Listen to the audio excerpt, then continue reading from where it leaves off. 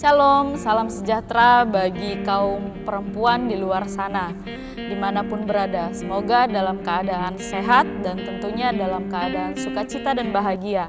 Bersama saya Stevi dalam podcast GPIB terbaru. Baik, tentunya saya tidak sendiri pada saat hari ini. Kita kedatangan tamu spesial, bahkan sangat spesial kalau menurut saya ya. Sudah meluangkan waktu untuk podcast perdana kita. Boleh nggak sih kalau saya minta tepuk tangannya yang meriah untuk Pendeta Ike? 5.000 penonton ya Bu kira-kira. Baik Ibu, apa kabar? Untuk pada saat malam hari ini, bagaimana keadaannya Ibu? Puji Tuhan baik, sehat, dalam status cuti sebenarnya. Status cuti, jadi semoga tidak mengganggu status cutinya ya Ibu. Dimanfaatkan dengan baik. Dimanfaatkan dengan baik-baik Ibu. Pada saat malam hari ini sih perdana ya Ibu untuk kita memulai sesuatu hal yang baik di ranah gereja kita gitu. Jadi saya harap mungkin setelah ini ada podcast-podcast yang lebih membangun lagi untuk jemaat kita yang ada di GPIB Maranatha. Mungkin tanpa basa-basi, tanpa kita berlama-lama, apa yang harus kita perbincangkan dan apa yang harus kita bahas dengan Ibu tentunya sangat menarik dan tentunya mungkin akan buat penasaran bagi warga kaum GPIB khususnya kaum perempuan di luar sana. Baik Ibu, saya tuh sekarang mungkin di dunia elektronik marak kita dengar atau koran kan sekarang sudah tidak ada ya Bu, hampir tidak ada kita baca.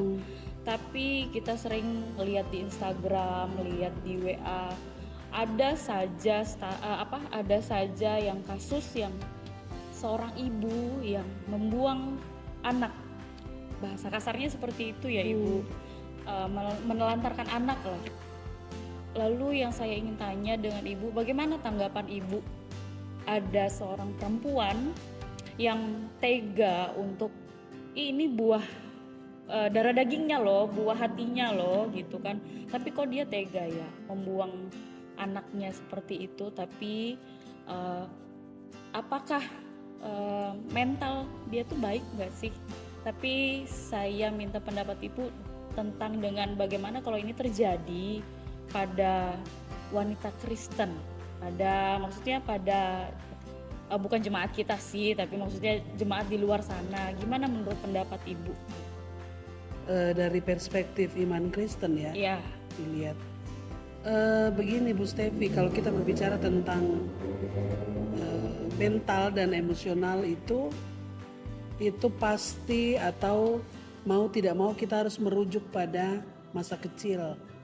Itu sama sekali tidak terlepas dari awal pertumbuhannya, bagaimana dia melihat situasi dan kondisi di sekitarnya. Kemudian anak kecil itu kan sama seperti kalau hati dan seluruh kediriannya itu sama seperti tangki kosong. Nah disitulah tugas orang tua mengisi dengan catatan tertentu gitu ya, ibarat kertas putih. Itulah yang orang tua tulis gitu, apakah tintanya isinya merah semua sehingga dia melihat dunia sekitarnya ini negatif. Gitu, karena juga bisa diperlakukan dengan cara yang negatif, itu sangat mempengaruhi. Semua dimulai dari kecil, jadi bagaimana dia menyikapi situasi dan kondisi di sekitarnya, bagaimana dia mengekspresikan keberadaannya, itu sebenarnya dimulai ketika dia masih kecil. Nah, itu yang pertama yang kita harus paham dulu. Yang kedua adalah dalam hubungan dengan seorang perempuan, ibu ya. Perempuan atau ibu itu kan dia punya tugas khusus yang Tuhan percayakan gitu ya. Bukan hanya sekedar manusia ciptaan setelah laki-laki, tetapi perempuan itu sebenarnya diciptakan sebagai penolong. Penolong bagi kaum laki-laki, dan penolong itu kalau menurut saya ya, seharusnya dia lebih kuat daripada yang ditolong. Gitu. Nah, karena status itu, tugas itulah menurut saya sangat spesial juga ya tugas itu. Sehingga Tuhan mempercayakan keberlangsungan kehidupan manusia itu melalui perempuan. Melalui perempuan dengan cara Tuhan meletakkan benih janin dalam rahim seorang perempuan supaya generasi kehidupan manusia itu tetap berlanjut gitu. Itu berarti dalam pemahaman kekristenan, perempuan Kristen harusnya paham itu betul. Paham itu baik-baik gitu. Ini tugas, ini kepercayaan, ini sesuatu yang Tuhan taruh gitu bagi perempuan supaya keberlangsungan kehidupan manusia itu terus ada dan berkesinambungan. Itu berarti tugas ini juga tidak mudah. Gitu ya. Nah, untuk itulah beberapa catatan penting bagi kaum perempuan. Dia harus matang dulu, dia harus paham tentang dirinya, dia harus mengelola emosi dan mentalnya dengan baik, baru mengambil keputusan untuk kawin gitu. Karena itu bagi anak-anak muda perempuan memang harus dapat pendampingan lah yang benar ya, yang sungguh-sungguh diperhatikan dengan baik dari pihak orang tua. Sebab mengambil keputusan untuk kawin itu bukan sesuatu yang mudah. Dia akan berjumpa dengan banyak persoalan di sekitarnya, dan kalau dia tidak siap secara mental maupun emosional, nah hal-hal seperti itu bisa terjadi. Jadi sebenarnya itu seperti tanaman ya Ibu ya. Kalau pupuknya saja kurang atau pemeliharaannya kurang, ya tumbuhnya juga pastinya tidak akan ya, sempurna begitu. Ya. Ibaratnya kan seperti itu gitu. Memang tidak ada yang sempurna, tapi paling tidak kalau ada pemahaman yang baik tentang siapa dirinya sebagai orang yang dipercayakan Tuhan, kemudian dalam pertumbuhan yang positif itu dia belajar menyikapi segala sesuatu di sekitarnya dengan baik, maka persoalan apapun pasti dia mampu untuk hadapi dan menyikapinya dengan benar. Karena kan gini ya Ibu, tidak semua perempuan tentunya dapat melahirkan, tapi sebenarnya perempuan yang seperti itu berarti terpilih kan gitu. Tapi seperti dia apa ya, kamu sudah dipilih Tuhan tapi kamu tidak menjaga dengan sebaik mungkin gitu, tapi malah menyia-nyiakan gitu ya. Iya. Itu kalau dari perspektif iman Kristen sudah jelas lah bahwa dia mengabaikan, menyia-nyiakan, membuang yang adalah milik Tuhan, sebab anak itu kan Tuhan punya gitu. Dan Tuhan percayakan untuk dia pelihara dan dia jaga, dia sayang, dia jaga. Pertanyaan ketiga nih Ibu, ada begitu banyak perempuan di luar sana juga ya, termasuk mungkin jemaat kita juga ada, dia menjalankan tugasnya sebagai seorang istri dan dia juga menjalankan tugasnya sebagai seorang wanita karir tentunya, tapi semua itu dia jalankan kalau menurut saya begitu sempurna gitu kan. Tapi di tengah zaman yang kalau zaman sekarang sih bilangnya zaman Gen Z gitu ya. Tapi kalau menurut saya bukan Gen Z sih, tapi lebih ke zaman yang apa ya Ibu, gila ya kalau bisa dibilang. Karena kalau saya bilang gila itu seperti ini, harga semua pada naik, lalu istilahnya teknologi sangat berkembang. Ada ibu-ibu yang tidak bisa cepat untuk menerima teknologi yang sangat berkembang. Nah lalu bagaimana menurut Ibu, apakah kita yang diporsi setengah-setengah, kadang terima kadang enggak, terus di tengah juga kehidupan yang zaman yang terus berkembang ini, tapi emosi kita itu loh Bu, bagaimana kita untuk menata emosi kita untuk supaya terus berjalan seiring, sejalan, baik itu dalam rumah tangga, anak-anak maupun juga dalam pekerjaan kita. Iya, iya. Kalau menurut saya sih jadi diri sendiri saja, tidak perlu harus sama dengan orang lain. Kemudian benar, era perkembangan teknologi ini sangat pesat. Mau tidak mau, suka tidak suka, kita harus segera bisa menyesuaikan diri dengan kondisi ini. Tapi jangan lupa bahwa kita itu masih generasi yang lama. Jadi generasi jadul. Iya. Kalau menurut saya baiknya jadi diri sendiri saja. Ibu Stevi, tidak perlu jadi seperti orang lain gitu kan. Karena daya tangkap, daya ingat, semua yang berhubungan dengan perkembangan otak kita kan juga beda-beda gitu. Tidak semuanya sama. Apalagi era perkembangan teknologi yang begitu pesat, mau tidak mau, suka tidak suka, kita harus segera menyesuaikan diri, tapi disesuaikan juga dengan kemampuan kita. Tidak usah dipaksakan lah begitu ya. Jadi diri sendiri saja, sepanjang kita mampu untuk belajar dengan pelan-pelan atau bisa belajar secara cepat, itu tergantung kita gitu ya. Kemampuan kita untuk menerima. Apalagi generasi kita sekarang, kalau saya ya generasinya itu sudah masuk di X, berarti udah jauh sekali dari Gen Z ya. Kecuali kalau generasi milenial itu sudah harus segera menyesuaikan gitu. Tapi generasi milenial juga agak Ibu, maksudnya agak tertatih-tatih juga mengikuti kan. Iya. Jadi sebaiknya jadi diri sendiri, kemudian terima saja keberadaan diri sendiri gitu. Karena Tuhan menciptakan kita juga berbeda gitu kan. Kemudian oke, kalau mengerti, paham, baik. Tapi kalau tidak kan bisa tanya anak-anak gitu. Model saya sebenarnya begitu juga. Kalau pergi kemana-mana terus ini apa ya, anak-anak kayaknya lebih cepat gitu kan. Tidak harus selalu orang tua yang tahu segala sesuatu ya. Termasuklah kita perempuan ini kan gitu. Apalagi berhadapan dengan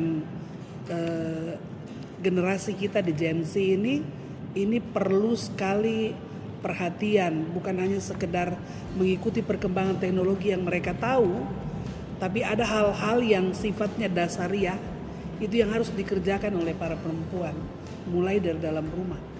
Pendampingan terhadap anak-anak ya kan, itu penting sekali.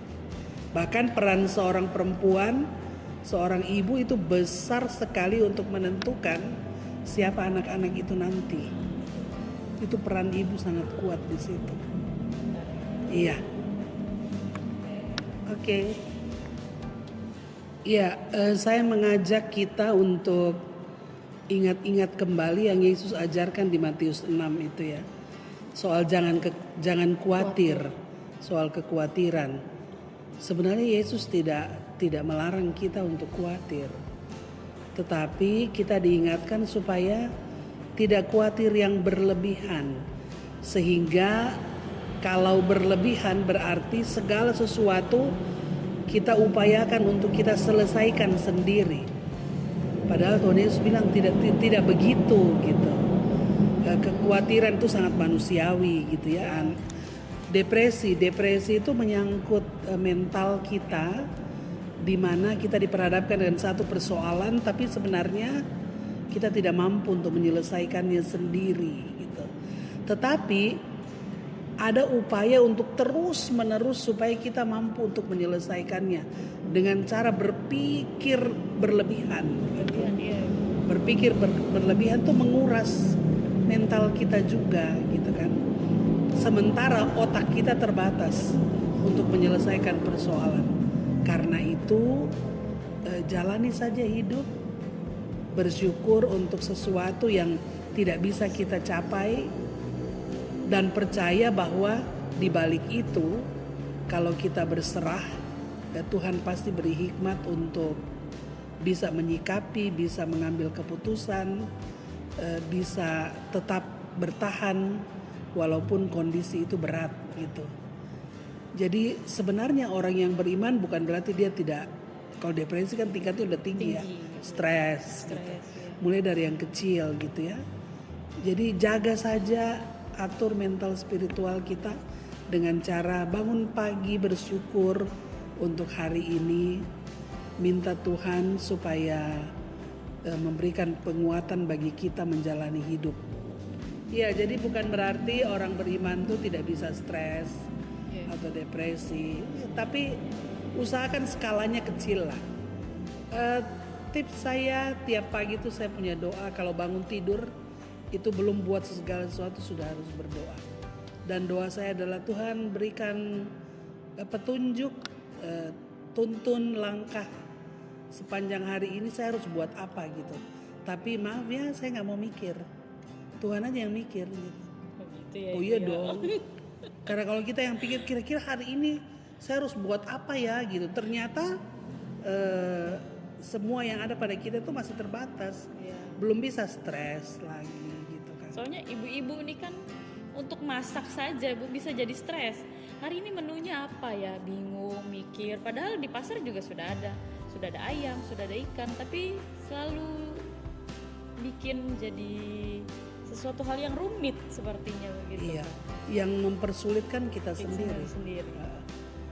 Kalau keluarga, anak-anak dididik dengan benar, mensyukuri apa yang disediakan, pasti mama-mamanya tidak akan stres gitu. Tapi kalau sudah dibiasakan semuanya harus serba ini, harus serba pokoknya yang ideal gitu, padahal sebenarnya hidup kita tidak seperti itu gitu ya. Naik turun, jatuh bangun. Tapi yang penting sebenarnya kuncinya adalah bagaimana terus bersyukur untuk semua hal, dan itu peran perempuan sangat besar di situ. Mengajarkan keluarga untuk bersyukur supaya mental emosional kita juga tertata dengan baik. Terakhir nih Bu, sangat terakhir. Pokoknya terakhir deh, saya janji. Pesan-pesan Ibu untuk kaum perempuan, khususnya kaum perempuan Kristen ya Ibu, bagaimana kita untuk ke depannya? Iya, kita sudah bercakap-cakap tadi ibu-ibu, tetapi apapun itu sebenarnya bagi kita yang punya masa lalu yang tidak menyenangkan atau masa kecil yang tidak menyenangkan, jangan terpaku pada kondisi itu, sebab Tuhan tuh selalu ada di depan. Dia tidak ada di belakang sana, dia di depan gitu. Dia tunggu kita untuk berubah, untuk menjadi pribadi yang lebih baik melalui semua hal yang kita dapatkan setiap hari. Ada suami, ada anak-anak, ada orang tua, ada keluarga yang juga pasti Tuhan pakai untuk menopang ibu-ibu menjadi perempuan yang berharga, perempuan yang punya nilai gitu ya. Dan mental yang kuat dan ya, mental iya. Karena itu jangan menoleh ke belakang lagi, maju ke depan, lihat, tinggalkan semua yang merusak mental kita, emosional kita. Jadilah manusia baru gitu ya, Paulus bilang. Harus jadi manusia baru, belajar untuk bertumbuh dengan benar di dalam Tuhan, dalam iman, supaya kehadiran kita benar-benar menjadi berkat gitu. Memang tidak mudah, yang namanya bertumbuh itu pasti proses, tapi ikuti saja prosesnya dengan baik, dengan bertanggung jawab. Kalau manusia pasti berubah, itu tidak boleh terpaku pada masa lalu. Iya, selamat menjalani peran sebagai perempuan Kristen, dan biar nama Tuhan dimuliakan dalam hidup kita. Baik. Terima kasih. Baik Ibu, terima kasih atas perbincangannya pada saat hari ini. Saya harap perbincangan kita ini mempunyai banyak manfaat untuk kaum wanita di luar sana, terutama untuk kaum wanita Kristen di luar sana. Terima kasih untuk waktunya. Terima kasih sama-sama. Sampai ketemu di lain kesempatan dan Baik. sampai ketemu di podcast selanjutnya. Sampai jumpa. Dadah.